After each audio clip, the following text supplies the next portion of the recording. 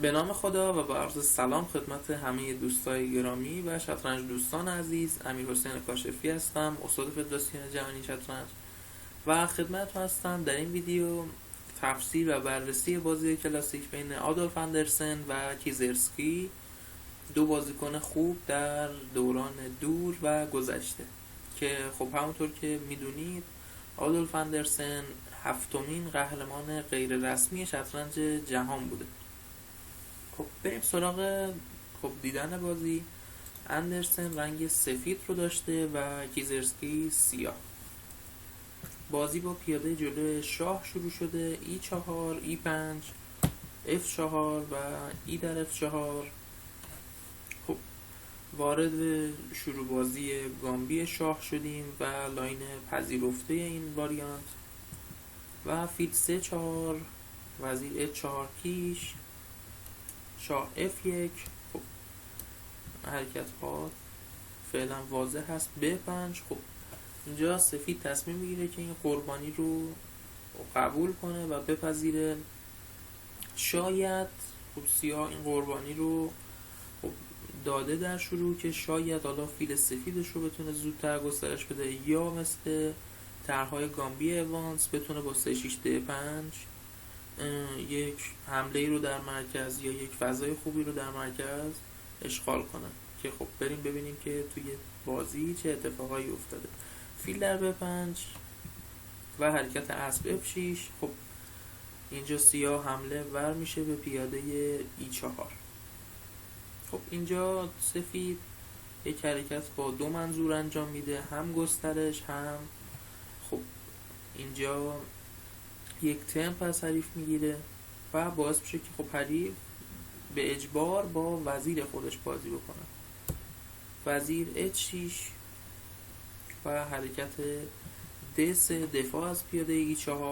مسلما نیاز بود که پیاده E4 دفاع بشه و همینطور خب فیل C1 مون راش باز میشه و حمله ور میشه به پیاده F4. اسب H5. خب سیاه میخواد حرکت اسب G3 رو انجام بده و به رخ H1 ما آسیب وارد کنه و حرکت اسب H4. خب قطع ارتباط بین وزیر سیاه و رخ H1 و حرکت حمله دوگانه وزیر J5.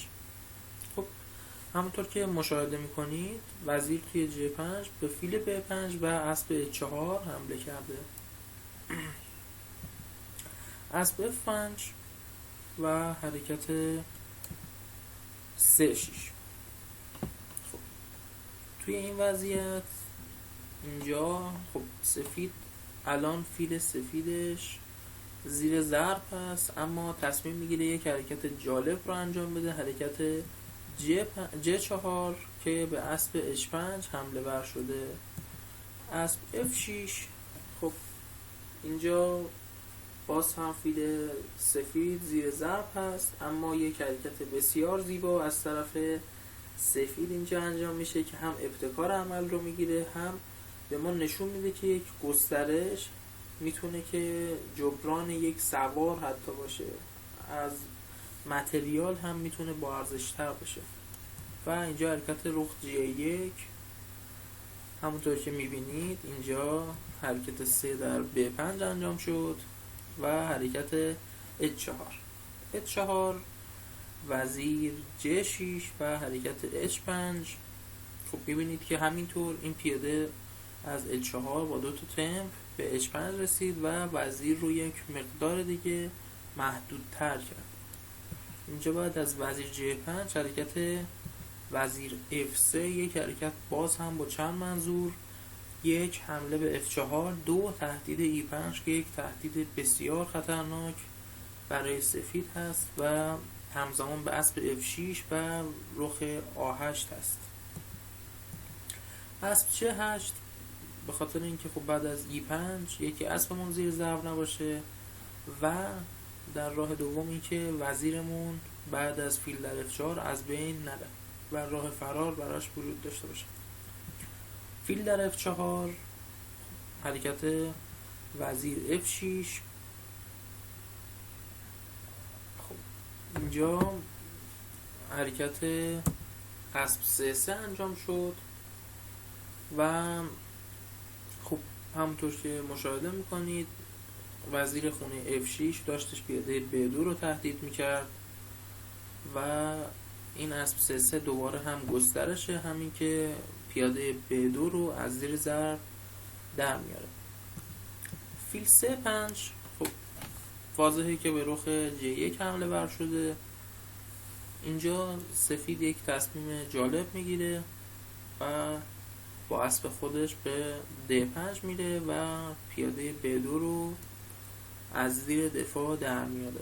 حرکت وزیر در B2 خب اینجا مشاهده میکنید که رخ A1 و رخ J1 هر دو زیر ضرب هست و اینجا سفید یک حرکت ریسکی و جالب رو انجام میده. حرکت فیل D6 خب این حرکت شاه حریف رو محدود میکنه و آماده حمله های ماتی میکنه، اما یک نکته اینجا وجود داره. حرکت وزیر در A1 میتونه سیاه رو به وضعیت خوب برسونه به شرطی که اینجا احساسی عمل نکنه و وزیر در J1 یا فیل در J1 رو انجام نده و بتونه حرکت وزیر B2 رو پیدا کنه که یک حرکت به نسبت سخت سر میز همچین حرکتی رو کرده.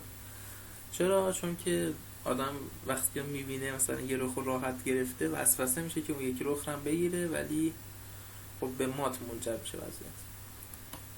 تنها حرکتی که دفاع هست وزیر B2 هست، اما خب بازیکن سیاه اینجا حرکت فیل در J1 که حرکت مشکوک و اشتباهی هم هست رو انجام میده و E5 ارتباط وزیر B2 با پیاده J7 رو قطع میکنه. خب مسلما اینجا وزیر در A1 و اینجور حرکات کمک سیاه نمیکنه. وزیر در A1 شاه E2 و خب اینجا حرکت اسب A6 میخواد که از حرکت اسب C7 ما جلوگیری کنه، اما کمکی به بازیکن سیاه نمیکنه. خب بچه ها این لحظه یک مکس کنید، ویدیو رو میتونید پاز کنید و به مات کردن بازیکن سفید فکر کنید که چطور میتونه بازیکن سیاه رو مات کنه. امیدوارم که ویدیو رو پاز کرده باشید. اینجا یک تاکتیک بسیار زیبا رو سفید از خودش به جا میذاره با یک قربانی بسیار وحشتناک و زیبا. حرکت اسب در J7 و تنها حرکت شاه D8 و یک قربانی وزیر بسیار جالب و جذاب، حرکت وزیر F6، یه حرکتی که فقط تو دوران دور و گذشته خیلی اینجور حرکات انجام میشد و اسب در F6 و حرکت زیبای فیل E7 مات. خب میبینید که اینجا کیفیت از کمیت بهتر نشون داده شد و حریف فقط با 3 سوار تونستش بازیکن سیاه رو مات کنه. یکی از زیباترین بازی‌های اندرسن هست و خب امیدوارم که از دیدن این ویدیو لذت برده باشید. ویدیو رو بین دوستاتون به اشتراک بذارید و کانالای ما رو در مجازی‌های یوتیوب، آپارات و حتی اینستاگرام دنبال کنید. مرسی، امیدوارم که لذت برده باشید. خدا نگهدار.